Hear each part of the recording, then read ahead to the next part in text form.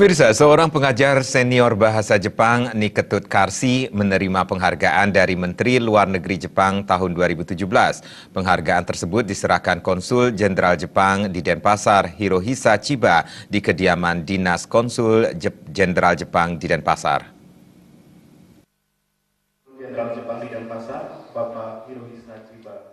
Konsul Jenderal Jepang di Denpasar, Hirohisa Chiba mengatakan, penghargaan Menteri Luar Negeri Jepang dianugerahkan kepada Niketut Karsi ini atas prestasi dan sumbangsi yang luar biasa selama bertahun-tahun sebagai pengajar bahasa Jepang dalam upaya penyebaran pendidikan bahasa Jepang dan mempromosikan budaya Jepang di Indonesia. Selain itu, Niketut Karsi telah berkontribusi dalam menumbuhkan minat terhadap Jepang melalui pendidikan bahasa Jepang dan meningkatkan saling pengertian antara Jepang dengan Indonesia. Niketut Karsi merupakan salah satu orang Bali penerima penghargaan Menteri Luar Negeri Jepang tahun 2017.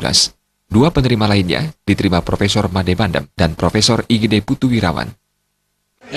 Saya selaku konjen Jepang di Denpasar sangat senang. Kali ini kami dapat menyerahkan penghargaan Menteri Luar Negeri Jepang tahun 2017 kepada Ibu Karsi yang kontribusinya besar di bidang pendidikan, khususnya pengajaran bahasa Jepang di Bali maupun di Indonesia. Sementara itu penerima penghargaan, Niketut Karsi bersyukur atas penghargaan yang diberikan Menteri Luar Negeri Jepang. Penghargaan ini bisa menjadi penyemangat bagi guru-guru yang lain untuk berbuat maksimal dalam pengembangan pendidikan bahasa Jepang di Bali.